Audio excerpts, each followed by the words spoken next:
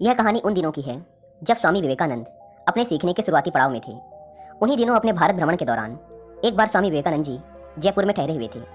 जयपुर के राजा स्वामी विवेकानंद से बहुत प्रभावित थे, इसलिए उन्होंने स्वामी जी को महल में आने का निमंत्रण भेजा। उस जमाने में यह रिवाज था कि जब भी राज परिवार में कोई बड़ा मेहमान आता था तो उनके सम्मान में राज दरबार में नाच गाने का आयोजन किया जाता था। स्वामी जी के आगमन की खुशी में जयपुर के राजा ने भारत की सबसे सुंदर वेश्या को राज दरबार में नाचने के लिए बुलाया। सारी व्यवस्थाएं की गई। जब सारी व्यवस्थाएं हो गई तो स्वामी जी के आगमन के दिन राजा को महसूस हुआ कि स्वामी जी तो सन्यासी हैं, उनके आगमन में एक वेश्या को बुलाना सही बात नहीं। कहाँ वो इतने बड़े सन्यासी और कहाँ ये वेश्या।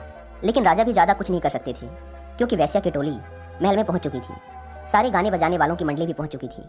साथ ही स्वामी जी से मिलने के लिए राजा ने अपने बहुत से मित्रों को भी आमंत्रित किया था। इसके अलावा उसने इस बात की भी घोषणा कर दी थी कि स्वामी जी के आगमन को नाच गानों के साथ बड़े धूमधाम से मनाया जाएगा। जब स्वामी जी महल में पधारे और उन्हें इस बात का पता चला कि उनके मनोरंजन के लिए एक वेश्या को राज दरबार में बुलाया गया है तो वो महल के एक कमरे में अंदर चले गए और दरवाजे को अंदर से बंद कर लिया। स्वामी जी को इस बात का डर था कि कहीं उस वेश्या को देखकर उनके अंदर की काम वासना जागृत ना हो जाए, उनका मन व्यग्र ना हो जाए। राजा बाहर से आवाज़ लगाते रहे, स्वामी जी से आग्रह करते रहे, पर स्वामी जी ने राज दरबार में जाने से साफ मना कर दिया। राजा बाहर से माफ़ी मांगते रहे और कहते रहे कि मुझसे ये गलती इसलिए हुई क्योंकि आज तक कोई सन्यासी राजमहल पधारा ही नहीं और मुझे आज तक मौका ही नहीं मिला किसी सन्यासी का स्वागत करने का, इसलिए मुझे पता ही नहीं था कि एक सन्यासी का स्वागत कैसे करते हैं। लेकिन स्वामी जी ने दरवाज़ा खोलने से साफ मना कर दिया। वेश्या को भी महल से निकाला नहीं जा सकता था क्योंकि वह बहुत ही बड़ी और आला दर्जे की नाचने वाली थी। पूरे देश में उसका नाम था। राजा दुविधा में फंस गए।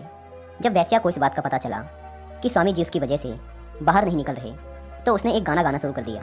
उस गाने का मतलब था कि उसे पता है कि वो उनके लायक नहीं है, लेकिन वो तो थोड़ी दया दिखा सकते हैं। वो तो उनके सामने गली की धूल भर है, पर वो उसके लिए निर्दयी क्यों हैं? वो तो अज्ञानी हैं, पापिन हैं, पर स्वामी जी तो ज्ञानी हैं। उन्हें एक तुच्छ वेश्या से कैसा डर। जब स्वामी जी ने यह सुना तो उन्होंने महसूस किया कि उन्हें एक वेश्या से कैसा डर। असल में वो उस वेश्या से नहीं बल्कि अपनी काम वासना से डर रहे हैं। उन्होंने सोचा कि इसका मतलब मेरे मन के किसी कोने पर काम वासना ने आज भी घर कर रखा है। स्वामी जी ने महसूस किया कि इसका उपचार वेश्या को महल से बाहर निकालना नहीं बल्कि काम वासना के विचारों को मन से बाहर निकालना है। इसके बाद स्वामी जी दरवाज़ा खोल कक्ष से बाहर आए और उस वेश्या से जाकर कहा, हे देवी, गलती तुम्हारी नहीं बल्कि मेरे मन में बैठी काम वासना की थी, जिसे अब मैंने अपने मन से पूरी तरह से निकाल फेंका है। स्वामी जी ने उस वेश्या को पवित्र आत्मा कहा क्योंकि उस वेश्या ने ही स्वामी जी को यह महसूस करवाया कि उनके मन के किसी कोने पर काम वासना आज भी थी।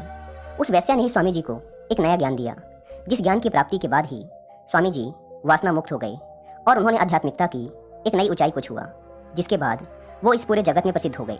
स्वामी जी के जीवन की इस कहानी से हमें सीखने को तो यही मिलता है कि हमें संसार में वही दिखता है जो हम देखना चाहते हैं, यानी कि हमारे मन में उठने वाले विचार ही इस बात का निर्णय करते हैं कि हम अपने आसपास क्या देखते हैं।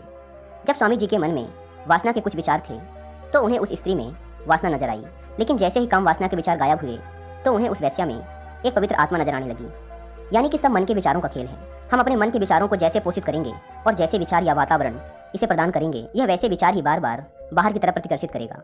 इसलिए ये हमारी जिम्मेदारी है कि हम अपने मन को सही और उचित विचारों से पोषित करें ताकि यह सही विचारों को जन्म दे, जिससे हम अपने जीवन में आगे बढ़ सकें।